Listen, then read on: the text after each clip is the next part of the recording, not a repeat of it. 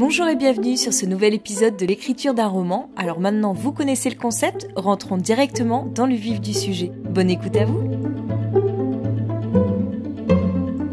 Le mercredi 19 août 2020. Bon là quand même je vois, il y a beaucoup plus de choses à corriger, beaucoup plus de paramètres qui me semblent un petit peu incohérents, sur lesquels il va falloir que je retravaille. Donc on sent quand même que cette partie est moins travaillée que le début. Donc j'ai noté à partir de quand il fallait que je reprenne le texte, à partir de la préparation aux interviews. Bon ça va rien vous dire, mais moi ça m'évoque tout à fait quelque chose. En fait c'est des passages qu'il faut que je reprenne parce que j'avais fait beaucoup de modifications lors de la dernière fois. Et donc du coup il y a encore des petites choses qui fonctionnent pas bien, des petites incohérences, des petits trucs un peu pas clairs, des répétitions, des redondances, tout ça. Je continue à relever toutes mes répétitions, sachant que je consacre toujours 1 heure avant de me mettre à la relecture pour corriger ces répétitions. Faire cet exercice, c'est pas mal parce que ça me permet de faire des recherches sur les champs lexicaux, des mots que j'utilise beaucoup. Et du coup, je trouve une autre manière de dire les choses. Enfin, c'est un vrai travail sur la langue, un vrai travail de fond, alors qui est peut-être un petit peu fastidieux pour une première fois parce qu'il y a énormément de choses à revoir de ce côté-là. Mais plus je ferai ce genre d'exercice et plus ça deviendra facile pour moi, j'imagine, avec le temps. Après, il y a des automatismes qui viennent. Ce qui est bien aussi, c'est que j'en suis à 236 pages, donc j'ai gagné encore 1 page par rapport à hier. En fait, j'essaye de condenser mon propos. Lors d'un premier jet, j'écris tout ce qui me passe par la tête. Je cherche à préciser mon idée, donc toutes les phrases qui me viennent, je les note, même si elles sont un petit peu redondantes par rapport aux précédentes, etc. Et après, je fais le tri. Mais des fois, j'ai du mal à choisir entre cette phrase ou celle-là, même si elles veulent dire la même chose, parce que je les trouve toutes les deux bien écrites. Sauf que voilà, ça sert à rien de dire 10 fois la même chose si on a déjà compris. Donc là, j'arrive beaucoup plus à faire ce travail d'élagage pour enlever toutes les choses qui sont superficielles. Et donc, je suis passée à 236 pages et à 628 981 caractères. Donc, j'en ai gagné à peu près 3000 par rapport à hier. C'est pas mal. Bon, il m'en reste encore presque 9000 à enlever quand même, donc j'ai pas encore gagné, hein. Sachant que j'en suis à la page 158 de mon texte, donc il me reste moins de 100 pages à relire et j'aurai terminé ma relecture. Une fois que je termine ma relecture, je pense que je vais faire une version pour Charleston, et puis je vais retravailler les choses. Et si jamais j'ai le temps de les corriger avant l'envoi au concours, je les rajouterai au texte. Je sais pas si vous voyez ce que je veux dire. Parce qu'une fois que je vais finir la relecture, il va falloir que je relise toutes mes notes de bas de page pour les corriger également. Et ensuite, je pourrai m'atteler aux corrections, sachant qu'il y a des petits trucs là que j'ai notés qui risquent de prendre un petit peu de temps. Je vais peut-être pouvoir partager des choses avec vous. Il y a une petite incohérence lors d'une scène qui n'est pas très logique par rapport au contexte, au nouveau contexte des choses. Donc ça, il faut que je le corrige. Il y a aussi beaucoup de répétitions. Et je fais aussi une proposition par rapport à un passage où je pourrais peut-être ajouter quelques petites choses qui permettraient de nuancer encore plus mes personnages.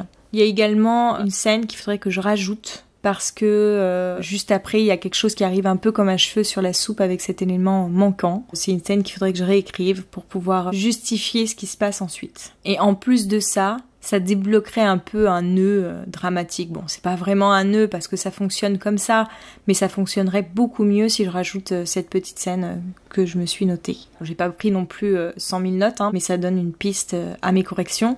Et dès qu'il s'agit de réécrire quelque chose, c'est des corrections qui prennent tout de suite beaucoup plus de temps. Et j'ai peur de pas avoir le temps de les terminer pour le concours. Le truc, c'est que comme pour le concours, je dois envoyer quand même un texte fignolé, je mets un peu du temps à préparer ces versions-là. Je peux pas me permettre de faire ça à la dernière minute et de me rendre compte que j'ai pas le temps de préparer une version totalement débarrassée de toutes mes couleurs, de tous mes surlignements, etc., quoi. Donc ouais, je pense que je vais préparer d'abord une version de Charleston une fois que j'aurai fini la relecture. Et comme ça, après, je pourrai me concentrer sur les corrections, quitte à les ajouter après à la version de Charleston ou pas.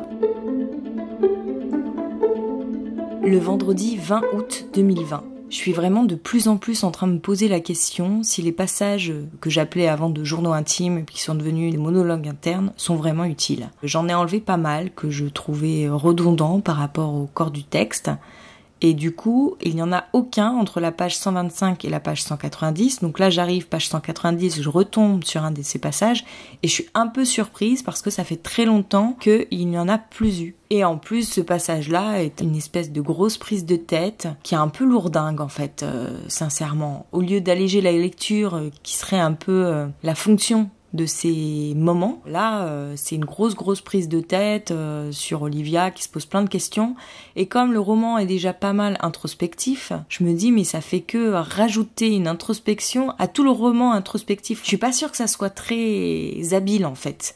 J'avais voulu mettre ces passages comme des espèces d'immersion à un instant T dans l'histoire, où on rentre dans la tête de mon personnage qui vit l'instant présent pour fluidifier la lecture. Sauf qu'en fait, dans le corps du texte, mon personnage se pose déjà beaucoup de questions, elle soulève beaucoup de réflexions, et en plus, il y a ces moments qui viennent rajouter une couche à toutes ces réflexions, tous ces mouvements intérieurs, et ça fait un peu lourd. Je commence à me poser la question, comme ce que disait mon ami qui a lu mon roman, par rapport à la légitimité de ces moments. Est-ce qu'il ne faudrait pas finalement que je les remette dans le corps du texte ? Quitte à y revenir plus tard pour que ce soit un peu plus fin, plus subtil. Je pense que ce que j'essaye de faire, je le fais pas bien et du coup c'est malhabile. Ça me dessert plus que ça me sert. Donc la prochaine étape, après avoir relu tout mon texte, c'est d'enlever tous ces passages et de les mettre dans le corps du texte. Et peut-être que ça me permettra aussi de les raccourcir. Pour l'instant, c'est la solution qui s'impose parce que je vais pas avoir le temps de travailler là-dessus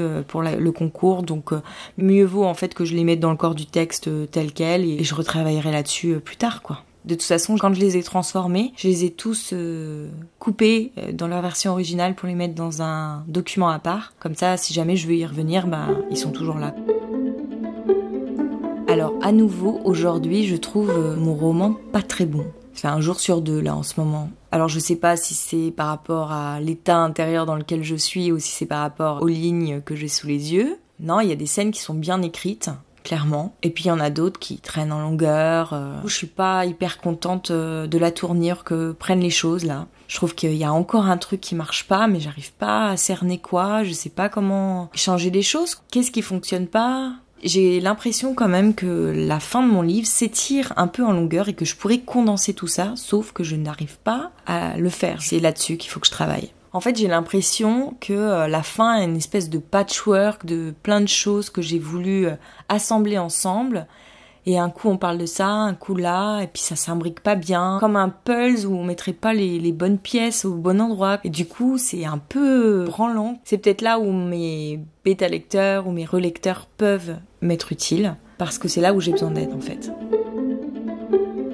Je crois que je viens de comprendre pourquoi la fin, on s'emmerde. Je vais pas dire pourquoi, parce que sinon ça serait vous spolier le roman, mais il y a quelque chose qui fait que c'est moins intéressant. Ça me bloque en fait du coup parce que je me dis est-ce que ça vaut le coup que je relise jusqu'au bout ? Parce qu'en fait là j'ai l'impression que le travail que je fais ne sert pas à grand chose étant donné que je vais peut-être pas garder les scènes que je suis en train de lire. Ça m'embête là d'avoir ça à retravailler là alors que je pensais avoir une version définitive. Mais en relisant là tout le texte, ça faisait longtemps que j'avais pas tout relu, après toute la réécriture que j'en avais fait, je me rends compte qu'il y a plusieurs choses qui fonctionnent pas.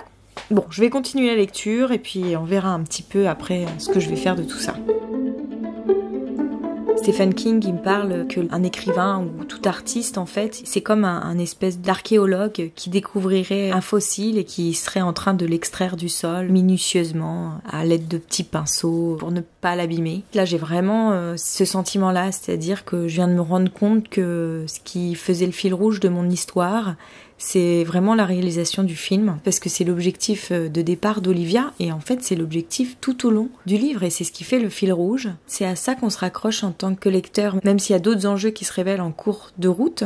Le principal but de mon livre, c'est de savoir si elle va aller jusqu'au bout de son film. Et c'est marrant parce que ça fait des mois que je travaille sur ce livre, et que c'est comme si j'essayais de préciser ma pensée tout le temps, comme si je modelais une statue d'argile pour essayer de dégager une forme de cette pâte informe. Et dès que je trouve un truc, je suis hyper contente. Ah, ça y est, là, j'ai une idée. C'est ça, en fait, que je veux dire. Mais en fait, je cherche autour de ça. J'ai pas une idée précise. Les choses se précisent en les faisant, en les écrivant. Tout à l'heure, j'entendais les interviews de dessinateurs, qui sont aussi des auteurs. Il y en avait un d'entre eux qui expliquait que si le dessin représentait exactement ce qu'il avait dans la tête, c'est qu'il était raté. En fait, il fallait que le dessin dépasse sa pensée. Et je comprends totalement ce qu'il veut dire. C'est-à-dire que nous, on a une idée en tête, enfin moi en tous les cas en écrivant, j'avais une idée en tête à la base, mais je suis contente quand mon idée est dépassée, comme s'il y avait quelque chose de plus grand qui germait et qui se retrouvait dans mes lignes alors que je ne sais même pas d'où ça vient. C'est aussi ce que dit Stephen King, c'est-à-dire que c'est comme si en fait toutes les idées étaient dans l'air et que en fait ceux qui sont les créateurs, donc ceux qui écrivent, les artistes, ils arrivent à choper ces idées et à en faire quelque chose, à les modéliser selon leur mode d'expression. Donc voilà un petit peu dans quelle sensation je suis aujourd'hui. On va s'arrêter là pour aujourd'hui et je vous donne rendez-vous mercredi prochain pour un nouvel épisode. Si vous avez aimé, n'hésitez pas à vous abonner au podcast ou même à le partager autour de vous. Et pour échanger avec moi, ça se passe toujours sur Instagram où vous me retrouverez sous le nom d'Aurélie Horner. À bientôt!